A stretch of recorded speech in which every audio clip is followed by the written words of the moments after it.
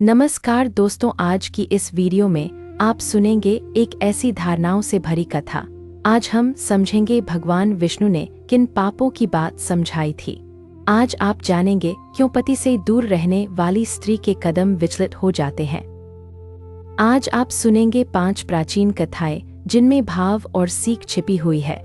आज की कथा आपको अंत तक बांधे रखेगी क्योंकि यह हृदय को छूती है। जो भी सुनेगा वह अपनी गृहस्थी के धर्म का मान करना सीखेगा। यह कथाएं पुराने युगों की हैं और उनमें ऋषियों का उपदेश समाया है। भगवान विष्णु की वाणी में करुणा और न्याय दोनों साथ साथ चलते हैं। धैर्य से सुनिए और मन में जो संदेह है उसे शांत कर दीजिए। हर शब्द में आशीष का स्पंदन है जो जीवन को दिशा देता है।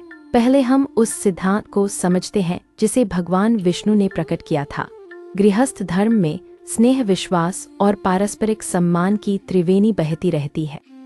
जब अहंकार बढ़ता है तो यह त्रिवेणी सूखने लगती है और पीड़ा उपजती है। भगवान विष्णु ने कहा, दूर होना पाप तब बनता है जब कारण अहंकार बनता है। यदि करुणा का कारण हो तो दूर रहना दोष नहीं बनता है, परंतु अनादर और उपेक्षा से किया गया वियोग पाप कर्म की जड़ कहलाता है। पाप का नाम है वचनभंग और गृहधर्म का अपमान जो हृदय को सताता है। दूसरा पाप है क्रोध से बोली गई कटुता जो संबंधों को चोट पहुंचाती है। तीसरा पाप है परनिंदा और अपवाद जो विश्वास को क्षीण कर देता है। चौथा पाप है अहंकार का नृत्य जिसमें अपना ही जन पराया लग जाता है। पांचवा पाप है उपहार जैसे प्रेम का अपमान जो ईश्वर को खटकता है। इन पापों की छाया में घर का दीपक टिमटिमाने लगता है और डर बढ़ता है। भगवान ने कहा, स्वयं को देखो, क्या कारण प्रेम है या गर्व ही कारण है। यदि गर्व है तो पाप है, यदि दया है तो धर्म बना रहता है। अब सुनिए पहली कथा मिथिला की मृणालिनी की जो मन की उमंग में बह गई थी। मिथिला के उत्तर भाग में एक सुंदर ग्राम था जहाँ संगीत गूंजता था। वहाँ रहती थी मृणालिनी जिसका स्वर उज्ज्वल था और मन गर्वित रहता था। उसके पति उदार थे पर सरल थे और उसकी ख्याति पर प्रसन्न रहते थे। किसी दिन एक उत्सव में प्रशंसा बढ़ी तो मृणालिनी के मन में गर्व बढ़ा। उसने कहा, मैं अलग रहूंगी ताकि अपना नाम और आगे बढ़ा सकूं। पति ने कहा, साथ रहकर भी नाम बढ़ सकता है, पर वह नहीं मानी थी। वह अलग मठ में रहने लगी और अपने साथी कलाकारों संग समय बिताती रही। धीरे धीरे उसने घर लौटना कम कर दिया और पत्र भी लिखना छोड़ दिया। गांव में कानाफूसी शुरू हुई और उदार पति का मन व्यथित हुआ था। एक रात स्वप्न में भगवान विष्णु आए और बोले, अपने कर्म से पूछो। वे बोले, तुम्हारी साधना श्रेष्ठ है पर हेतु गर्व है, यह दोष बना। जिस दिवस से तुमने अनादर से संबंध तोड़ा उसी दिवस पाप अंकित हुआ। पाप है वचनभंग क्योंकि तुमने संग रहने का व्रत लिया था। पाप है उपेक्षा क्योंकि सहचर का मन तुमने विचारे बिना दुखाया था। पाप है परनिंदा को बढ़ावा क्योंकि तुम्हारे आचरण से अपवाद बढ़ा था। स्वप्न टूटा तो मृणालिनी की आंखें सजल हुईं और मन कांप उठा। वह ऋषि अश्वपति के आश्रम पहुंची और विनयपूर्वक आदेश मांगे थी। ऋषि ने कहा, दूर रहना दोष तब है जब प्रेम का अपमान हो। तुम संगीत साधो पर प्रेम की लौ बुझाना धिक्कार का कारण होता है। व्रत निभाओ, संग निभाओ और गर्व त्यागो, तभी कला पवित्र बनती है। मृणालिनी ने प्रण किया कि आज से वह घर की ज्योति बढ़ाएगी। वह लौट आई और पति के चरणों में रोकर क्षमा मांग बैठी थी। उसने कहा, मेरी गलती अहंकार थी और मेरा पाप वचनभंग था। उस दिन से उसने गायन को पूजन बनाया और घर को मंदिर माना। भगवान विष्णु की कृपा से दोनों के जीवन में सुमेल लौटा था। गांव में नई कथा फैली कि प्रेम से विद्या खिलती है और घर मुस्कुराता है। पहली कथा की सीख थी कि गर्व से किया वियोग पाप का कारण बनता है। अब सुनिए दूसरी कथा कांची की वसुंधरा की जो शुष्क अहंकार में खो गई थी। कांची के मंदिरों में शंखध्वनि गूंजती थी और राजमार्ग सुगंधित थे। वसुंधरा सुशील थी पर भीतर एक कठोरता पलती थी जो दिखती नहीं थी। उसके पति तीर्थयात्री थे और सेवा भाव से जनकल्याण करते रहते थे। एक बार पति ने कहा, संग चलो, तो उसने तुनक कर मना कर दिया। उसने कहा, मैं अकेली रहूंगी और अपने मन की ही करूंगी। उसका इरादा पति को तंग करना था और पड़ोसियों को चुप कराना था। वह द्वेष से अलग रही और घर के दीप बुझने लगे थे। कुछ दिनों बाद नगर में अकाल पड़ा और लोग दुखी हो गए थे। वसुंधरा ने सोचा यह दुर्भाग्य क्यों आया और मन विचलित हुआ। वह विशाल मंदिर पहुंची जहां एक वृद्ध पुजारी शांत भाव से बैठे थे। पुजारी ने कहा, देवी दूर रहना तब तक दोष नहीं होता है। दोष तब बनता है जब दूर रहकर मन में अपमान का बीज बोया जाता है। तुम्हारे मन ने अहंकार से घर की गरिमा को चोट पहुंचाई थी। ईश्वर का नियम है कि जहां अपमान बढ़ता है वहां कृपा घटती है। वसुंधरा ने रोकर स्वीकार किया कि उसने क्रोध में पाप किया था। वह पैरों में गिर पड़ी और बोली, मुझे सही राह दिखाइए। पुजारी ने कहा, क्षमा मांगो, सेवा करो और अपने वचन की मर्यादा निभाओ। वह तुरंत यात्रा पर गई और मार्ग में सेवा कार्य करते आगे बढ़ गई। उसने तीर्थ में पति को पाया और नम्रता से दंडवत कर क्षमा मांगी। पति ने उसे उठाया और कहा, चलो नया दीप जलाते हैं। वे लौटे तो कांची में वर्षा हुई और अन्न की लहरें उठी। नगर ने समझा कि जब मन झुकता है तब आकाश से कृपा बरसती है। यह दूसरी कथा बताती है कि अपमानपूर्ण वियोग पाप के रूप में फलता है। अब सुनिए तीसरी कथा, अवंतिका की राजकुमारी की जो परीक्षण में बहक गई थी। अवंतिका में किला ऊंचा था और बागों में चंपा महक रही थी। राजकुमारी शैला तेजस्विनी थी और ज्ञान भी रखती थी। उसका विवाह एक धैर्यवान राजकुमार से हुआ जो सरल और संयमी था। शैला ने सोचा, मैं उसे परखूंगी और दूरी बनाकर देखूंगी। वह अलग महल में रहने लगी और वचन निभाने से कतराने लगी। दरबार में कानाफूसी हुई और राज्य की शांति में दरार दिखी थी। एक संध्या एक वयोवृद्ध ब्राह्मण द्वार पर आए और भिक्षा मांगी थी। वह ब्राह्मण असल में भगवान विष्णु थे जो परीक्षा लेने आए थे। उन्होंने कहा, राजकुमारी, वचन का अपमान राजधर्म का अपमान बन जाता है। दूर रहना यदि विवेक से है तो यह संयम कहलाता है, पर दूर रहना यदि मन द्वेष से है तो यह पाप बन जाता है। तुम्हारा परीक्षण अहंकार में बदल गया और प्रजाजन पीड़ा भुगत रहे हैं। शैला का मस्तक झुक गया और आंसू मोती की तरह झरते रहे। उसने पूछा, मुझे कौन सा पाप छू गया और क्यों यह कष्ट आया? भगवान ने कहा, पहला पाप वचनभंग, दूसरा पाप तिरस्कार, तीसरा पाप परनिंदा का कारण। इन तीनों पापों से राजकुल का तेज घटा और असंतोष फैल गया। राजकुमारी ने प्रण किया कि आज से दूरी नहीं सम्मान का सेतु बनाऊंगी। उसने सभा में कहा, मेरा अहंकार अपराध था और अब मैं सुधरूंगी। राजकुमार ने उसे अपनाया और कहा, विश्वास सबसे बड़ा आभूषण होता है। उस रात महल में दीपों का महासागर जला और संगीत गूंज उठा था। अवंतिका ने समझा, प्रेम का परीक्षण प्रेम के विनाश का कारण बनता है। तीसरी कथा हमें राजकुल और गृहस्थ दोनों की मर्यादा सिखाती है। अब सुनिए चौथी कथा, गंधर्वपुर की ललिता की जो गान में खोती रहती थी। गंधर्वपुर में मेघ मल्हार की रात्रियां होती थीं और सरगम बहती थी। ललिता स्वर साम्राज्ञी थी और उसके आगे सब नतमस्तक होते थे। उसके पति एक मृदंग वादक थे जो शांत और सजग थे। प्रसिद्धि ने ललिता को उग्र बनाया और उसने घर से दूरी बना ली। वह मानती थी कि संग रहने से साधना घटती है और नाम धूमल होता है। उसने पति की सलाह ठुकराई और अकेलेपन को ही सिद्धि समझा। एक रात्रि उसके कंठ से स्वर रूठ गए और सभा स्तब्ध रह गई। वह भागकर लक्ष्मी मंदिर गई और चुपचाप दीपक सामने बैठ गई। मंदिर के पट खुले तो पुजारी की वाणी में विष्णु का संदेश था। उन्होंने कहा, कला तब तक खिलती है जब तक प्रेम का जल मिलता है। तुम्हारे वियोग में प्रेम का अपमान हुआ और अहंकार ने कंठ को जकड़ा। अलग रहना हलाहल बना जब तुमने संगिनी मर्यादा को तिरस्कृत कर दिया। यह पाप है अहंकार और वचनभंग जो स्वर को रूठा देता है। ललिता ने रोकर पति को याद किया और तुरंत घर लौट आई। उसने चरणों में सिर रख कहा, मैंने कला के नाम पर गलती कर दी। पति ने आशीष दिया और मृदंग पर धीमा आलाप छेड़ दिया। ललिता का कंठ फिर खिला और सभा में नया माधुर्य उतर आया। उसने समझा कि संग ही साधना है और प्रेम ही पराशक्ति है। गंधर्वपुर में यह बात फैली कि नम्रता से स्वर उगते हैं और ख्याति टिकती है। चौथी कथा कहती है कि अहंकार से किया वियोग कला को सूखा देता है। अब पांचवी कथा सुनिए काशी की कौमुदी की, जो संशय में खो गई थी। काशी में गंगाजल निर्मल था और आरती में दीप झिलमिलाते थे। कौमुदी सरल थी पर मन में संशय जल्दी घर कर लेता था। किसी कटक में उसने पति पर अपवाद सुना तो मन कांप गया। वह क्रोध में अलग हो गई और घर से दूर आश्रय लेने लगी। उसने बिना पूछे वचन तोड़ा और रिश्तों पर परछाई डाल दी। गंगा किनारे एक वृद्धा तुलसी चरण पर बैठी थी और मुस्कुराती थी।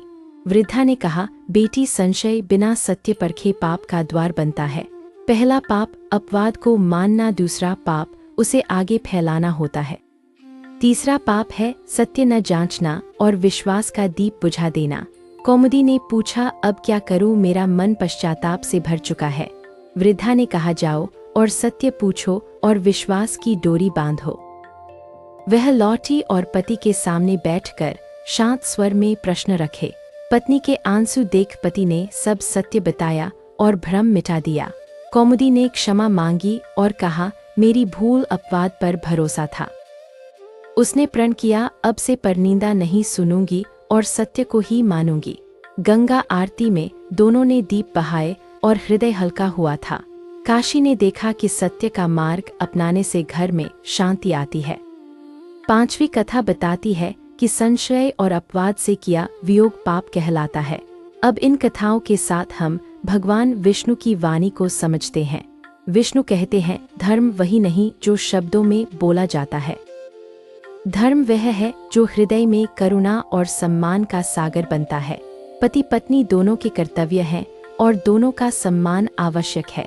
दूर रहना यदि सेवा, उद्धार, शिक्षा, सुरक्षा हेतु हो तो दोष नहीं है।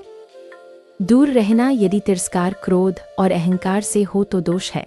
यह दोष वचनभंग बनता है, जो ईश्वर की दृष्टि में पाप कहलाता है। पाप का फल मन को चुभता है और घर में असंतोष फैलाता है। पाप का शमन नम्रता, सेवा और सत्य वचन से तुरंत होने लगता है।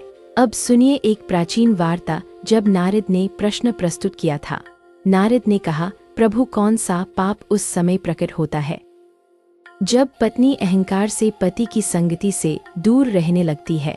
भगवान ने कहा, अनादर का पाप और वचनभंग का पाप प्रकट होता है। इसके साथ परनिंदा का पाप और अविश्वास का पाप भी उगाता है। यदि इस समय पश्चाताप हो तो कृपा साथ साथ चलने लगती है। यदि गर्व बढ़े तो दुर्भाग्य बढ़ता है और सुख घटता है। नारद ने कहा, उपाय क्या है और कैसे मन को स्थिर करे? भगवान ने कहा, संवाद, करुणा और सेवा ही अमोघ उपाय बनते हैं। गंगा जल जैसा निर्मल मन रखो और सत्य वचन बोलो और निभाओ। यदि दूरी आवश्यक हो तो कारण करुणा और धर्म का हो। यदि दूरी अहंकार का हो तो तुरंत लौट आओ और क्षमा मांगो। अब एक छोटी पुरानी कथा सुनिए जो मन के द्वार खोल देती है। विदर्भ में चित्रलेखा नामक स्त्री थी जो बहुत कुशल गृहिणी थी। कभी कभी वह क्रोध में बोल देती और दूर रहने का संकेत देती। एक बार उसने सचमुच कुटीर छोड़ दिया और पड़ोस में रहने लगी। रात्रि में उसे स्वप्न आया जिसमें घर का दीपक रो रहा था। दीपक बोला, मैं घर हूँ और तुम्हारा वचन मेरी लौ है। तुम्हारे दूर होने से मेरी लौ डगमगाने लगी और धुआं फैला। चित्रलेखा ने लौटकर पति का हाथ थामा और क्षमा याचना की। उसने समझा कि क्रोध में लिया निर्णय पाप का बीज बो देता है। उस दिन से उसने क्रोध पर नियंत्रण रखा और प्रेम से बोली। अब एक और प्राचीन प्रसंग जिसमें एक मनीषी ने सुंदर उपदेश किया था। अनुपमा नाम की स्त्री तपोनगरी में रहती और पूजा पाठ करती थी। वह पति के व्यवहार से विचलित हुई तो मौन होकर अलग जा बैठी। मनीषी ने कहा, मौन तब श्रेष्ठ है जब उसमें प्रेम रहना चाहिए। यदि मौन में तिरस्कार है तो वह तीखा शूल बन जाता है। अनुपमा ने कहा, मैं लौटूंगी और प्रेम का मौन अपनाऊंगी। वह लौटी और उसकी चुप्पी अब शीतल छाया जैसी लगती थी। घर में शांति बढ़ी और भगवान के नाम की ध्वनि मीठी हुई। अब हम उन पापों के नाम संक्षेप में फिर से समझते हैं। वचनभंग, गृहधर्म की उपेक्षा, परनिंदा, संशय और अहंकार, ये 5 प्रमुख हैं। इनका प्रायश्चित नम्रता, सेवा, सत्य और संवाद के माध्यम से संभव है। विद्यालय जैसा घर बनाइए जहाँ सीख और स्नेह साथ रहते हैं। मंदिर जैसा मन बनाइए जहाँ क्षमा और करुणा स्थिर रहती है। अब एक राजकीय घटना सुनिए जो इतिहास के पन्नों में दर्ज थी। उज्जैनी की महारानी नीलिमा ने अपने पति पर कटु वचन बोले। वह रोष में अलग रहने लगी और मंत्रीगण असहज हो उठे थे। राजपुरोहित ने कहा, रानी जी, यह आपकी गरिमा के विपरीत आचरण है। नीलिमा ने रात्रि में ध्यान किया और अपने अंतर में आवाज सुनी। वाणी ने कहा, तुम्हारा क्रोध तुम्हें बड़ा दिखा रहा है पर छोटा कर रहा है। उसने सुबह सभा में क्षमा मांगी और फिर से मिलन का संकल्प किया। राज्य में सुख लौटा और जनता ने राहत का सांस लिया था। यह प्रसंग सिखाता है कि अधिकार से भी पहले विनम्रता का स्थान है। अब हम एक वन प्रसंग सुनते हैं जहां साधुओं ने शिक्षा दी थी। वंशावती ने पति को तुच्छ कह दिया और वन कुटी में चली गई। साधुओं ने कहा, जो तुच्छ कहा गया वह तुम्हारे अहंकार का दर्पण है। अहंकार छोड़ते ही संसार सुंदर दिखता है और संबंध सुधर जाते हैं। वंशावती ने नम्र होकर घर वापसी की और प्रेम से प्रायश्चित किया। भगवान विष्णु की कृपा से उसके घर में समृद्धि आने लगी। अब कुटुंब की मर्यादा पर एक और पुराना आख्यान सुनते हैं। धरनीग्राम की हेमवती ने दहेज की चर्चा से मन में द्वेष पाल लिया। उसने अलग कुटीर बना ली और परिजनों से कटु बोली बोली। एक दयालु वृद्धा ने कहा, बेटी भेद को संवाद से मिटाया जाता है। कटुता से नहीं मिटता, वह दीवार बनती है और पाप बनाती है। हेमवती ने दहेज विवाद को प्रेम से सुलझाया और घर में एकता आई। यह कथा दर्शाती है कि संवाद धर्म है और कटुता पाप बन जाती है। अब श्रुति परंपरा की एक गाथा जिसमें श्रम और श्रद्धा जुड़ते हैं। एक कुम्हार की पत्नी रात्रि में क्रोध से अलग कमरे में रहने लगी। कुम्हार ने सुबह उसके लिए जल रखा और रोटी पका दी। पत्नी को लज्जा आई और उसने कहा, मैं धर्म से भटकी हुई थी। उसने समझा कि सेवा हृदय को पिघला देती है और पाप धुल जाता है। अब नगर के आचार्य ने जो सूत्र कहा वह अमर हो गया। उन्होंने कहा, दूरी तब तक ठीक है जब तक सम्मान बना रहे। सम्मान छूटे तो दूरी तलवार बनती है और घर को काट देती है। तलवार का दोष पाप है और उसकी धार अपमान से तेज होती है। अब एक तीर्थ प्रसंग जहां भक्ति ने सब बदल दिया था। मुक्ताश्री ने क्रोध में घर छोड़ा और तीर्थ में बस गई। वहां एक कथावाचक ने विष्णु के नाम का गुणगान किया। कथा में कहा गया, प्रेम का तिरस्कार भक्ति की हानि कहलाता है। मुक्ताश्री ने वापसी का निर्णय लिया और पति संग भक्ति आरंभ की। दोनों ने सेवा की और मन का खार धुल गया था। अब एक नगर कथा जिसमें व्यापार और विश्वास साथ साथ चले थे। व्यापारी की पत्नी ने संदेह में अलग हवेली बना ली और रूठी रही। खातों में गड़बड़ी हुई और धन बहा जैसे बर्तन में छेद हो गया। वह समझी कि घर की एकता ही लक्ष्मी का आसन बनती है। उसने लौटकर कहा, मेरा पाप संशय था और मेरी भूल अहंकार थी। लक्ष्मी ने फिर कृपा की और व्यापारी परिवार उन्नत हुआ था। अब अंतिम भाग में समग्र संदेश को हृदय में उतारते हैं। भगवान विष्णु कहते हैं, प्रेम ही शास्त्र का सार और परम धर्म होता है। पति पत्नी के संबंध में प्रेम का अनादर सबसे बड़ा पाप कहलाता है। दूर रहना यदि अनादर से है तो पाप है, यदि करुणा से है तो धर्म है। वचन निभाइए, संवाद रखिए और अहंकार को द्वार से बाहर छोड़िए। सेवा करिए, नम्र रहिए और परनिंदा से अपने कान बंद कर दीजिए। जब मन बिगड़े तो ईश्वर का नाम स्मरण कीजिए और शीतलता पाइए। जब संशय आए तो सत्य पूछिए और प्रेम से बात कर लीजिए। जब गर्व आए तो अपने प्राणों से पूछिए कि लौ किससे जलती है। लौ विश्वास से जलती है और जलती रहे तो घर मंदिर बनता है। इन 5 कथाओं की महिमा यही है कि प्रेम सब सुलझा देता है, अहंकार सब उलझा देता है और दंड बनकर लौट आता है। भगवान विष्णु की वाणी अंतर्मन में सुनिए और आज ही अपनाइए। नमस्कार दोस्तों, आशा है कथा ने आपके हृदय में शांति बोई है। अब अपने जीवन में संवाद, नम्रता और सेवा के दीप जलाइए। आज की कथा यही कहती है कि प्रेम से बढ़कर कुछ भी नहीं होता। ईश्वर आप सबके घर में सद्भाव और समृद्धि का वरदान दे। धन्यवाद प्रिय श्रोताओं, अगली कथा तक प्रसन्न और संतुलित रहिए।